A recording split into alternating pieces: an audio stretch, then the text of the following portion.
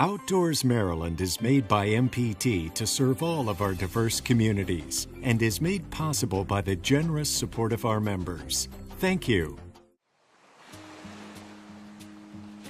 Coming up, a place where beauty and history collide. An emotional discovery beneath Crownsville. And carnivorous plants within a delicate balance. Next. Outdoors Maryland is produced in cooperation with the Maryland Department of Natural Resources, DNR, inspired by nature, guided by science.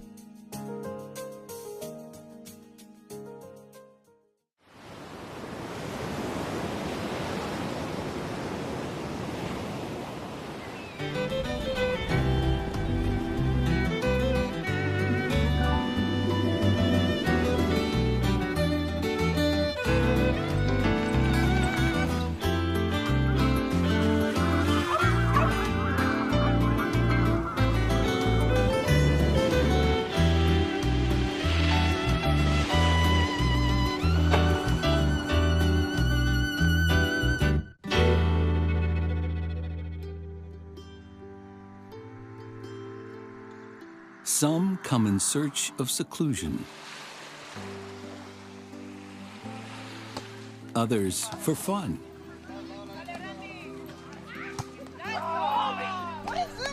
Whatever the attraction of this southern Maryland peninsula, Point Lookout State Park holds an allure that many can't ignore. For me, it's really all about just being patient enough to get the gotcha shot. Native Marylander and amateur photographer Sherry Moyer finds this to be the perfect spot to meld nature with nurture. I think because it's so peaceful and it's surrounded by the water, and so it offers me a lot of opportunities to come and take pictures of the waterfowl and the birds and things, and so just really like being able to get out and be with nature.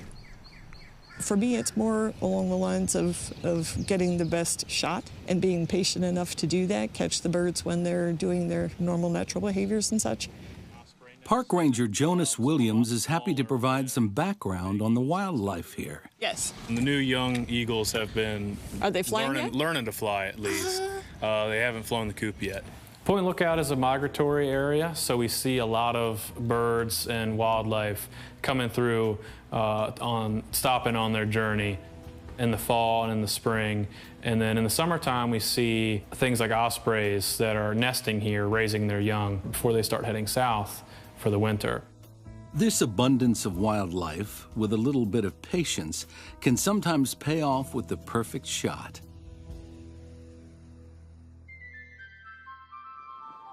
Point Lookout State Park sits at the southern tip of St. Mary's County, where the Potomac River meets the Chesapeake Bay.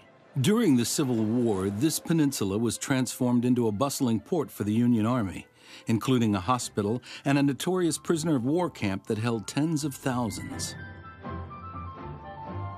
In the 1930s, developers attempted to establish a commercial resort town at Point Lookout that was never successful except for a lone hotel that eventually closed in the 1980s. And they had actually planned on turning this into essentially like Ocean City, Maryland, where it was going to be a bunch of different little parcels of land with little beach cottages on it and lots of hotels. That didn't end up happening. As a park, however, its popularity has never been in question. When people come to Point Lookout and come camping, they can come visit here at the Nature Center and Civil War Museum. They can boat, they can visit our lighthouse. They can really spend just a few days here and they still wouldn't even crack into the center of Point Lookout.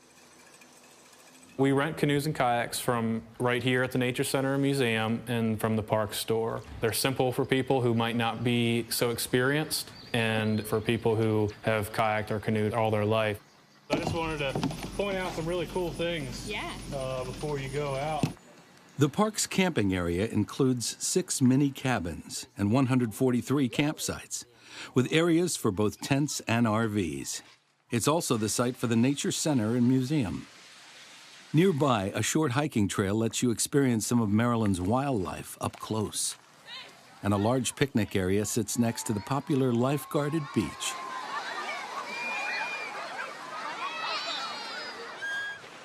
Of the many things to see and do, however, one pastime seems to remain central. I like Point Lookout as opposed to some other places that I go, because normally the fish that I catch here are much larger than if I go over to Chop Tank. Make sure you throw it out there far. Mike Bishop regularly drives an hour and a half from Upper Marlboro to fish here. I've caught everything from redfish to Kroger, catfish. Normally the Krogers, they average around 13 inches or more. So that's why I like coming here versus some of the other places. You catch fish probably 9 inches or smaller a lot of times, and as far as a Kroger, anything smaller than 9 inches, you throw back. This is also known as calamari. We use a number of different bait. We'll start off with cut bait squid. That's what's on the line now, see if they're biting that. If that doesn't work, then we go to the more expensive bait like bloodworms. The majority of the fish around here enjoy the bloodworm, so that's probably what I'll switch to next. Fishing is a big attraction here at Point Lookout because of our location on the Chesapeake and the Potomac. We offer a lot of different areas to fish off of our causeway, our fishing pier, near the lighthouse, and it's one of the few parks in Maryland that's open for 24 hours just for fishermen. Anglers can often be spotted on the 700-foot concrete pier, jockeying for their favorite spot. But the real secret for catching a winner? People don't realize if you keep your line in the water, your hook in the water, you'll catch fish sooner or later. Point Lookout's prime location makes it popular with sportsmen. But then others are drawn to its place in history. Fire! Ceasefire! Secure the peace. I've been a volunteer here at the park for 38 years. Bob Krickenberger heads the volunteer group Friends of Point Lookout that stages historical reenactments and living history events. We need to get this cleaned up so we can get started on the evening meal. Need to get some more wood on the fire, get that grate off of there, start boiling another pot of water. Because I got some ham hocks I got to soak down and get some beans. To commemorate the 150th anniversary of the Confederate POW release, the group recently set up a replica parole camp here at Fort Lincoln, one of the only Civil War earthen forts still in existence. Fort Lincoln and its other two sister forts were created out of the necessity of an attempt to attack here to release the prisoners. Fort Lincoln is the only one left out of the three. Reenactors, or interpreters as they're also known, take their jobs seriously. Ensuring historical accuracy is a top priority. You could spend a lot of money getting very close to what they actually wore, and even hand making your own uniforms, hand stitching. So it just depends also on your pocketbook. It's a hobby for everybody. These interpreters have been doing it for a long time, and they come from all over the place. Just this weekend, we'll have people from as far as South Carolina coming to help us out. And they do it as a hobby. They do it as volunteering. They put their own money into making themselves look as historically accurate as possible. And the accuracy doesn't stop with the uniforms. Fire! Reload! Now, the small arms we have are the same, they're reproduction, of course, but they are the same that were issued to the soldiers that were here at Point Lookout, both the Enfields and Springfield rifles. So basically, that's what they would have had here at the time of the war. The cannon itself is what we call an original field piece. It's not a reproduction. It actually goes back to about the Mexican-American War in the 1840s. At war's end, prisoners were free to go back home, but not before pledging their allegiance to the United States. Say I do. I do. Gentlemen, welcome home. You're dismissed. Over 18,000 Confederates were released here in a single month. So once they got the word to let them go, they really started passing them through here.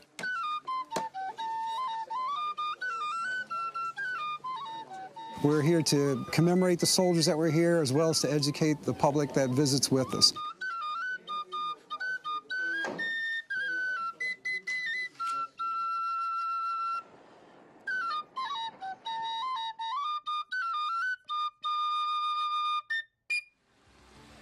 Growing up here, I have such an appreciation for the Eastern Shore and the Bay and everything, and very grateful to be able to quietly mind my own business out here. The Park Service, I think, does an amazing job preserving the nature, but allowing people to interface successfully. It's great fun to be here.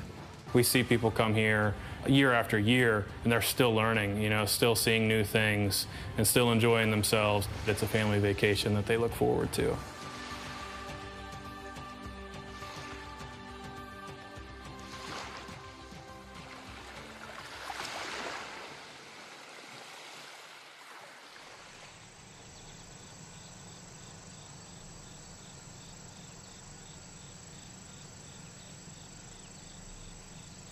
At an 18th century farm in Anne Arundel County, archaeologists are carefully shaking loads of soil through a screen, searching for tiny pieces of history. This is the dig at Belvoir Plantation near Crownsville, once the home of Francis Scott Key's family. Project manager Julie Shablitsky is leading a team of talented young archaeologists who have turned up a surprising discovery. Our goal here, as part of a transportation enhancement program, was to look at archaeological and historic sites along General's Highway. She knew that in the last days of the American Revolution, French General Rochambeau camped briefly at Belvoir. The team was digging test trenches when they found something that they weren't looking for. Not far from the manor house, they uncovered the remnants of a stone foundation, partially covered by a 20th century shack. Instead of finding that encampment, we found something, I think, a little bit more powerful, an African-American slave quarters, a barracks. 1798 tax records confirmed the find. It mentioned a 34-foot by 34-foot stone Negro quarters. A building similar, perhaps, to this barn at the Hampton Plantation in Towson. This is a site that you don't find every day. It's a site that you're lucky if you come across something like this once in a lifetime. The archaeologists carefully began a full excavation, scraping away soil with trowels and brushes. They turned up an amazing number of domestic artifacts in a state of remarkable preservation. Oh, it's very fragile. This is a bone. Looks like part of a rib bone, something smaller. The team takes turns doing the various jobs required at a dig. None are glamorous.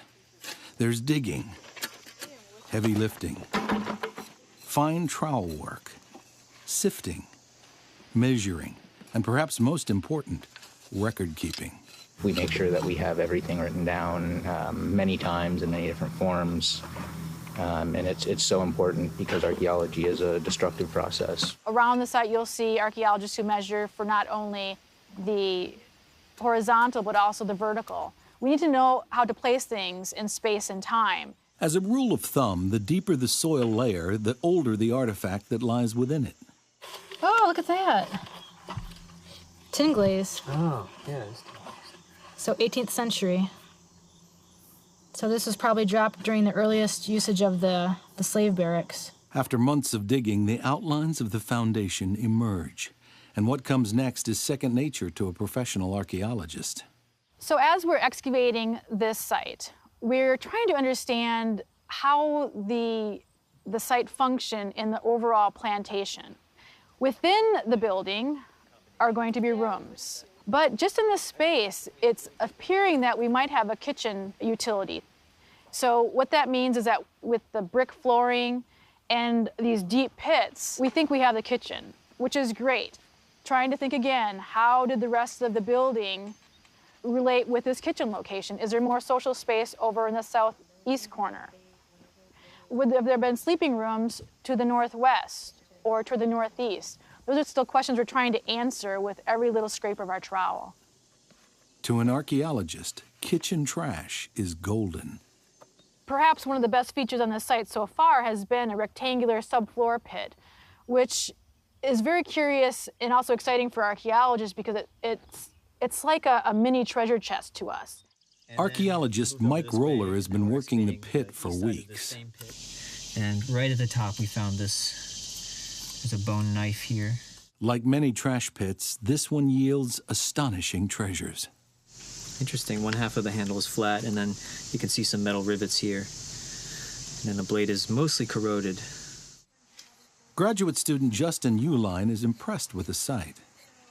This is an incredible site to work at. The material culture that's coming out of the ground is absolutely amazing, and it's just such a great window into the past.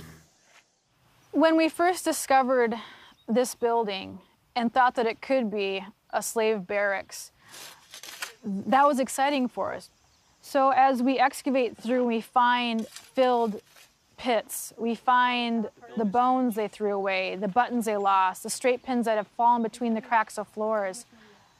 Those objects began to make us reflect and think about the lives. For archaeologist Yassine Gregg, the site and its artifacts begin to paint vivid pictures of the past. You sift and you dig and you find artifacts, things that they actually touched, they used, things that they held sacred, things that represented them. Can only imagine what it was like, what types of living conditions they were facing at that period of time. It's very reflective, this work.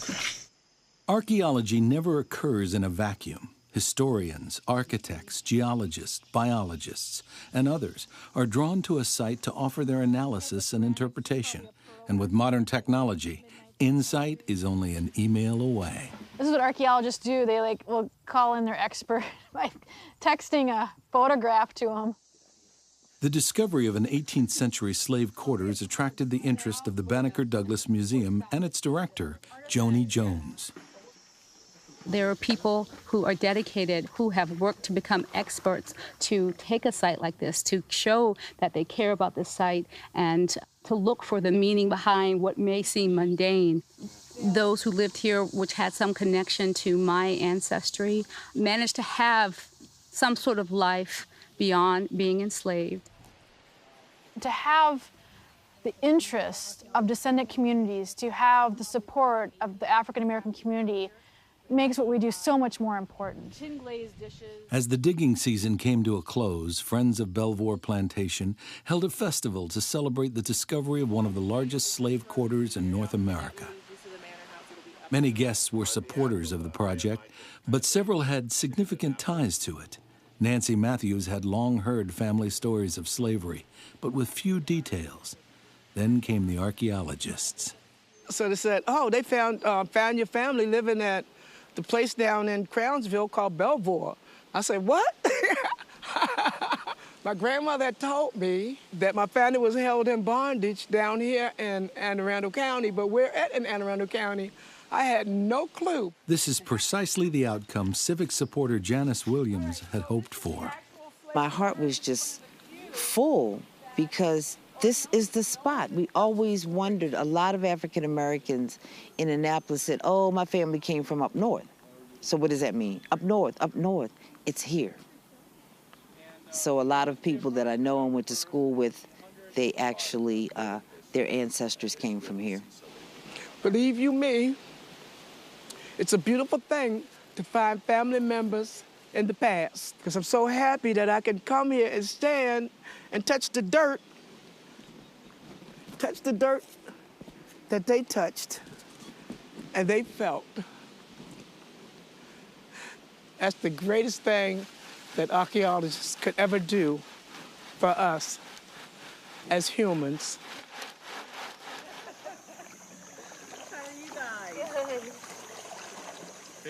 Nice day. Here in solitude and serenity, the silence seems to shout, do not disturb. Yet it is disturbance, natural and unnatural, that keeps nature in balance at the Nassawango Creek Preserve.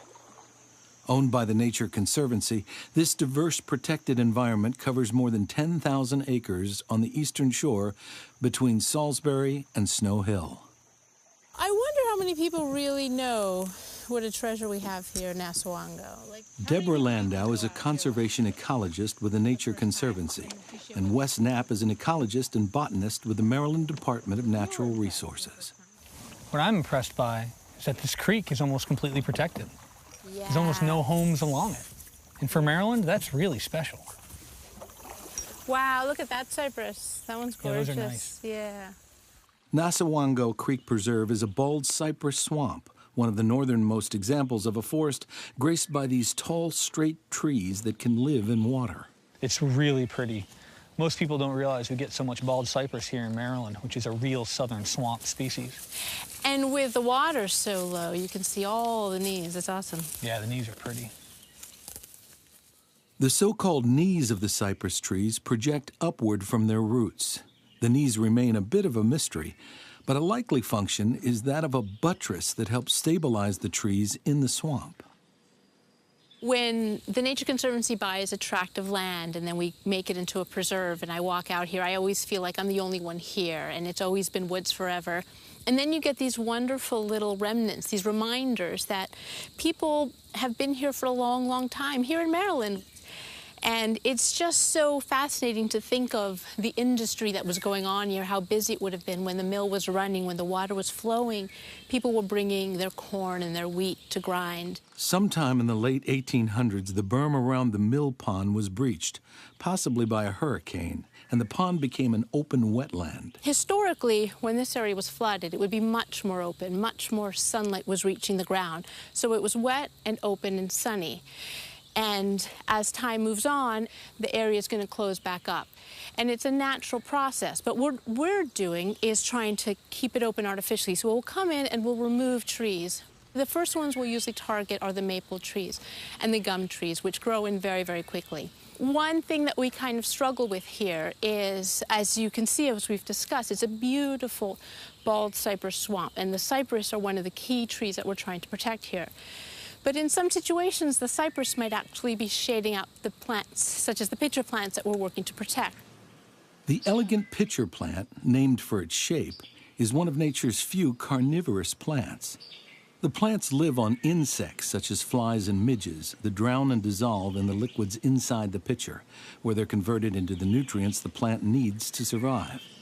Pitcher plants also need sunlight.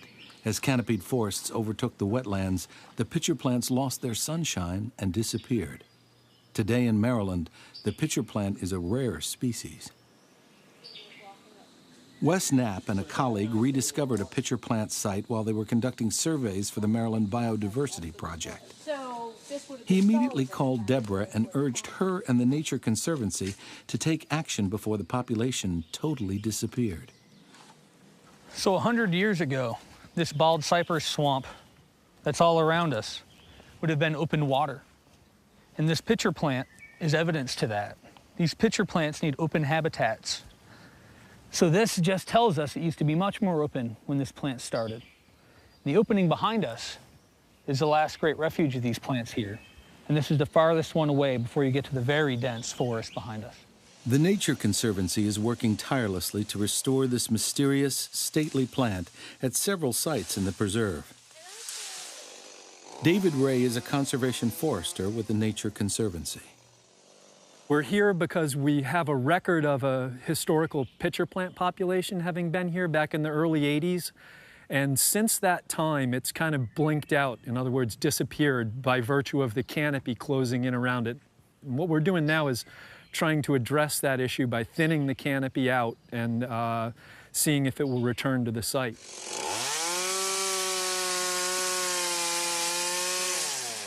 Smaller trees we're actually felling with chainsaws or loppers, and the larger trees we're girdling. We're putting a frill or a hack cut around the diameter of the tree and putting a measured amount of herbicide in that, and it will move down to the roots and then eventually kill the top of the tree. And so the reason we're doing that for the bigger trees is they'll provide snags for wildlife habitat in the meantime until they fall to the ground.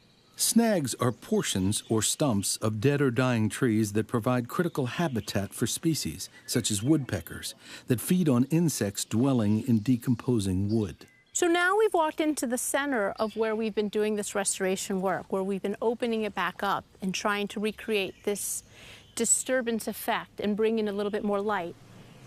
Here, they're just going bonkers. They've all bloomed. They've all got these wonderful, huge blooms. They've got the wonderful red venation, and they're just doing spectacularly. All this by just opening this up and letting some more light in, and essentially creating an unnatural disturbance where the natural disturbance process isn't occurring anymore. So this is a site where we've been working for over a decade, 12 years and then some. And we've really been actively working to remove the invading trees, the maples and the gums. And this is what we really consider a restoration success.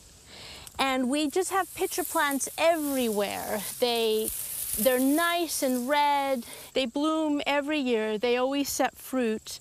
And it's just looking, I think, fabulous. And it's really satisfying to come back here and see how amazingly the pitcher plants have responded, but also all the other vegetation has come in so nicely. It's your classic, if you do it, they'll come. If you restore it, they'll come. And at the same time, because we've taken out so many of those large trees, the water level has actually come back up. We've set up several of these water level monitoring stations. And sure enough, little by little, the water levels come up every year, and that, in return, prevents the trees from coming back and taking over again.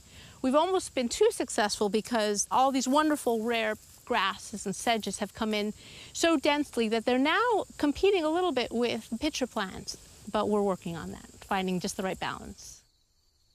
Another rarity here is the spatula-leaved sundew plant. Insects are attracted to it, to the smell of the droplets, and they stick to it. And it has these digestive enzymes which slowly consume and absorb the nutrients from the insects that it catches. Much like the pitcher plants, it's got one little midge, something that's already almost completely eaten, and a little gnat hanging on there. So he's doing very well. He's eaten up all the buggies flying around. I just wish he'd get a few more ticks.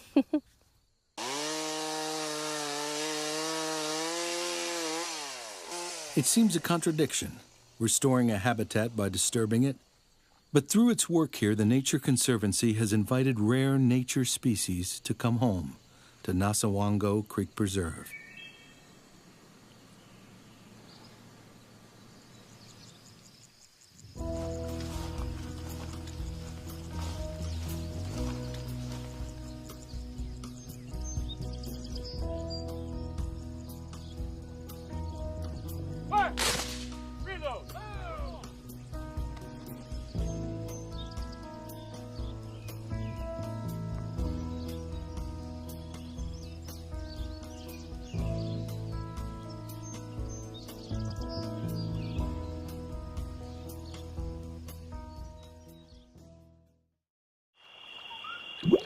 Drop into our website to send us your comments and suggestions. And now, you can also find us on Facebook.